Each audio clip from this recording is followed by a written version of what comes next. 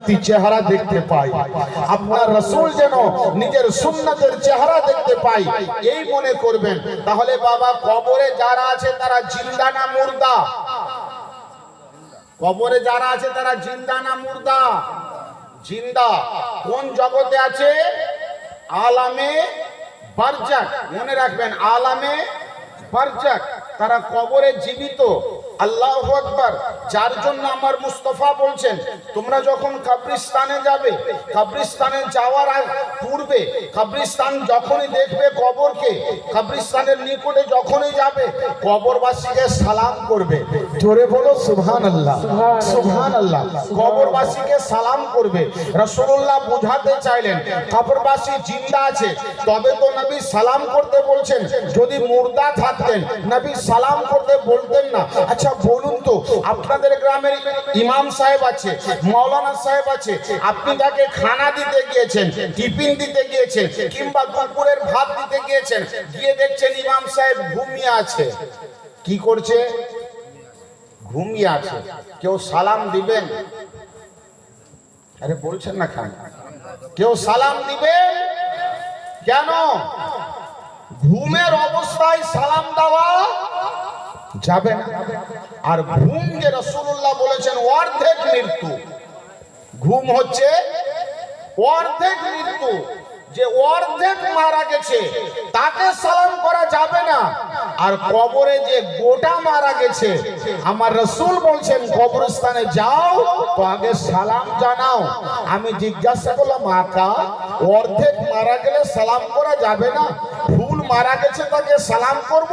তো নবী আমার বলছেন, হ্যাঁ শোনো, তোমার ঘরে ছিল মুর্দা ছিল, খাটিতে ছিল মুর্দা ছিল, বিছানায় ছিল মুর্দা ছিল, গোসলে ছিল মুর্দা ছিল, জানাজাতে ছিল মুর্দা ছিল, কবরে নামেছিলে মুর্দা ছিল, কবর ঢাকা হলো মুর্দা ছিল, নাকারায়ন আসলো জিন্দা করে দিল।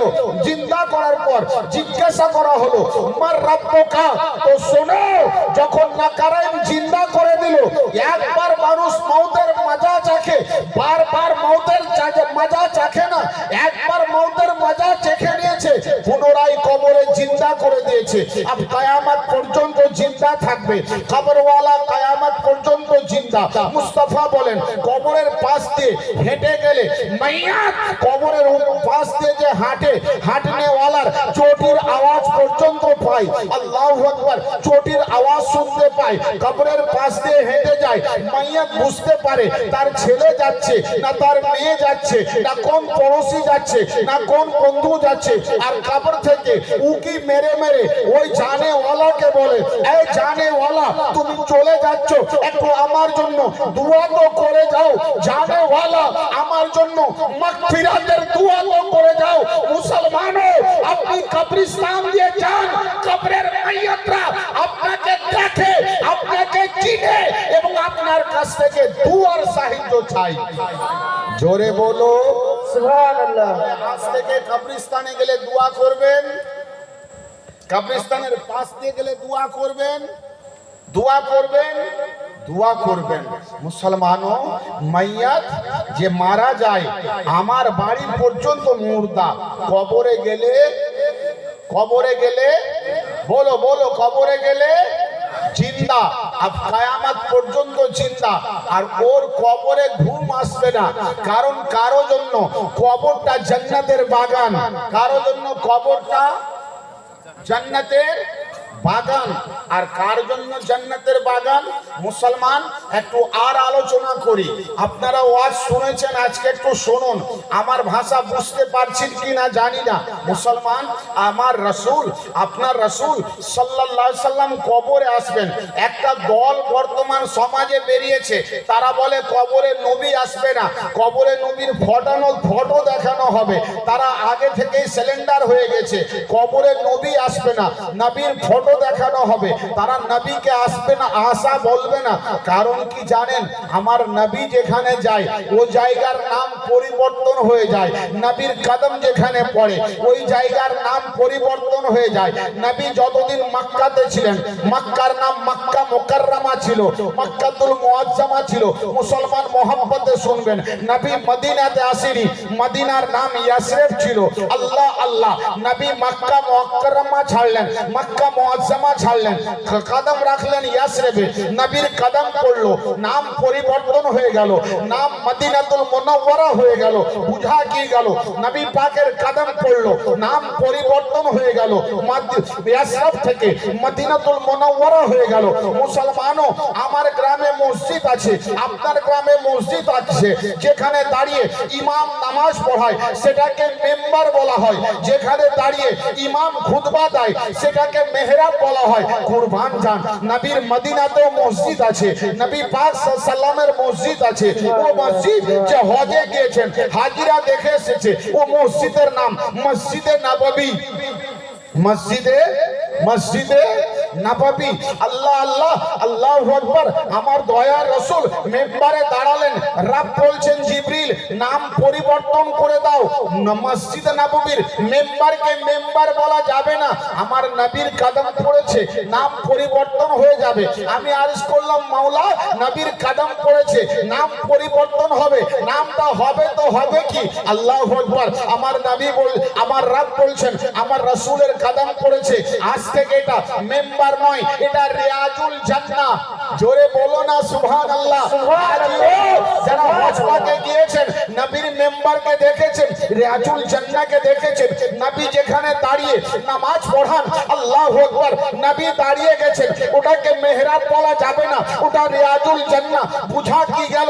নবী যেখানে কদম রেখে দেয় ওটা জান্নাত হয়ে যায়, নবী যেখানে কদম রেখে দেয় ওটা জান্নাত হয়ে যায়। ভালিয়াতে মুর্দা দাফন করা হয়, ওটার নাম কবরস্থান। বাবলাতে মুর্দা দাফন করা হয়, ওটার নাম কবরস্থান। সুবহানাল্লাহ, সুবহানাল্লাহ। আপনার মোথাবাড়িতে যেখানে মুর্দা দাফন হয় ওটার নাম কবরস্থান। অচিনতলাতে যেখানে মুর্দা দাফন হয় ওটার নাম কবরস্থান। কালিয়াচকে যেখানে মুর্দা দাফন হয় ওটার নাম কবরস্থান। কুরবান যান, মদিনাতে যেখানে মুর্দা দাফন হয় ওটাকে কবরস্থান বলা হয় না, মদিনাতেও মুর্দা দাফন হয়, বাবলাতেও মুর্দা দাফন হয়। আল্লাহু আকবার। নাম তো একই হওয়া উচিত ছিল, এটা কবরস্থান ওটাও কবরস্থান, কিন্তু না মুসলমানও।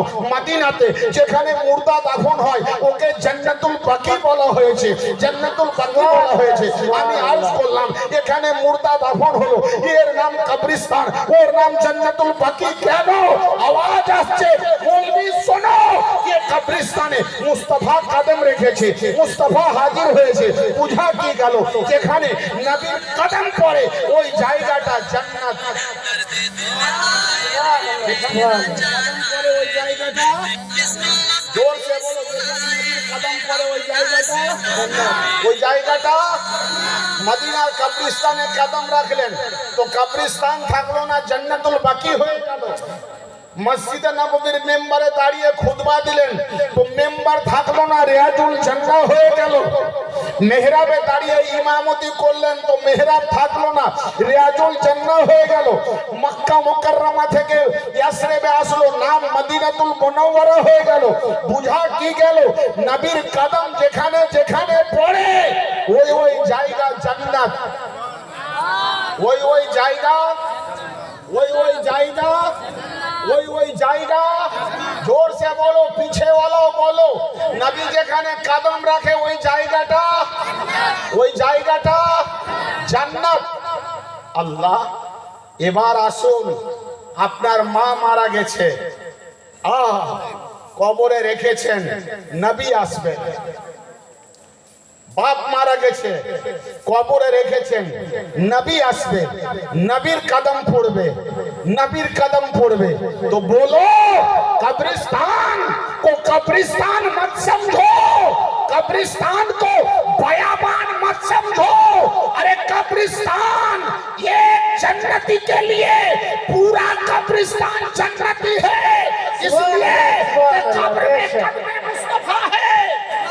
सुभान अल्लाह, सुभान अल्लाह। इसलिए कि कब्र में কদমে মুস্তাফা হে।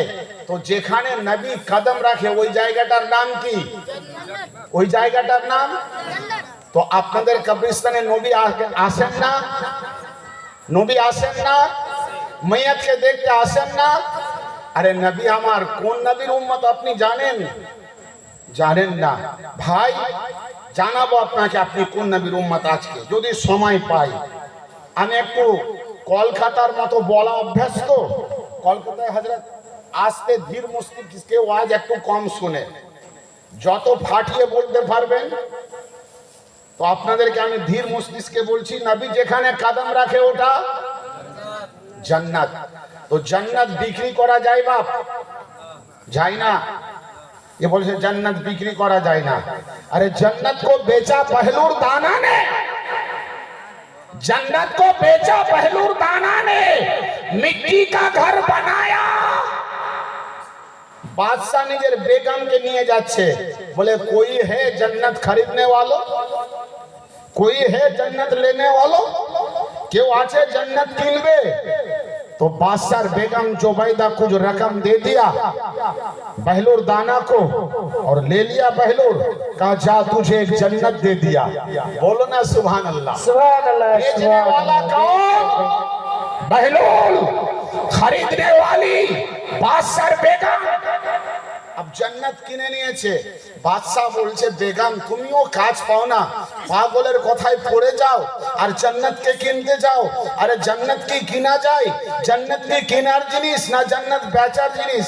আব রাত্রি বেলায় বাদশা ঘুমিয়েছে, তো স্বপ্ন দেখছে, বাদশার স্বপ্ন হচ্ছে যে বাদশা স্বপ্নে স্বপ্নে জান্নাত ভ্রমণ করছে। করছে। अब जन्नत भ्रमण करते गিয়ে দেখছে একটা জান্নাতের গেটে তার বেগমের নাম লেখা আছে, জুবাইদা লেখা আছে।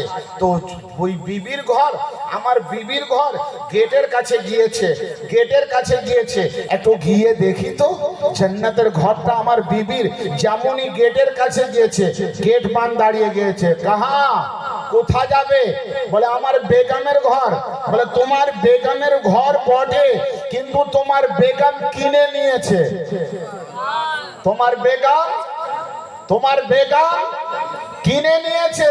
বলে আমি যেতে পাবো না। বলে না, তুমি ক্রয় করবে তবে, আমাল করবে তবে, ইবাদত করবে তবে, তেলাওয়াত করবে তবে। তোমার জন্য ইবাদতের প্রয়োজন আর তোমার বিবি কিনেছে। ঘুম ভেঙেছে সকালবেলা, বাদশাহ হারুন রশিদ পহলুর দানাকে খোঁজ করে।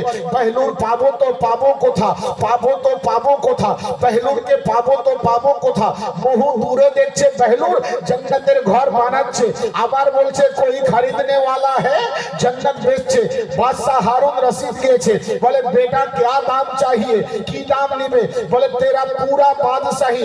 বলে কালকে তুমি এক দিরহামে জান্নাত বেচলে আর আজকে আমার বাদশাহী। বলে পহলুর তোমার বিবি কিনেছিল না দেখে, আর তুমি কিনতে এসেছো দেখে। সুবহানাল্লাহ সুবহানাল্লাহ। বেশক এসেছো দেখে। তো ভাই কবরস্থান জান্নাত, বলো কবরস্থান, কবরস্থান। কেউ যদি বলে হুজুর দলিল, বলে নবীর কদম যেখানে পড়ে সেটা জান্নাত। নবীর কদম যেখানে পড়ে সেটা।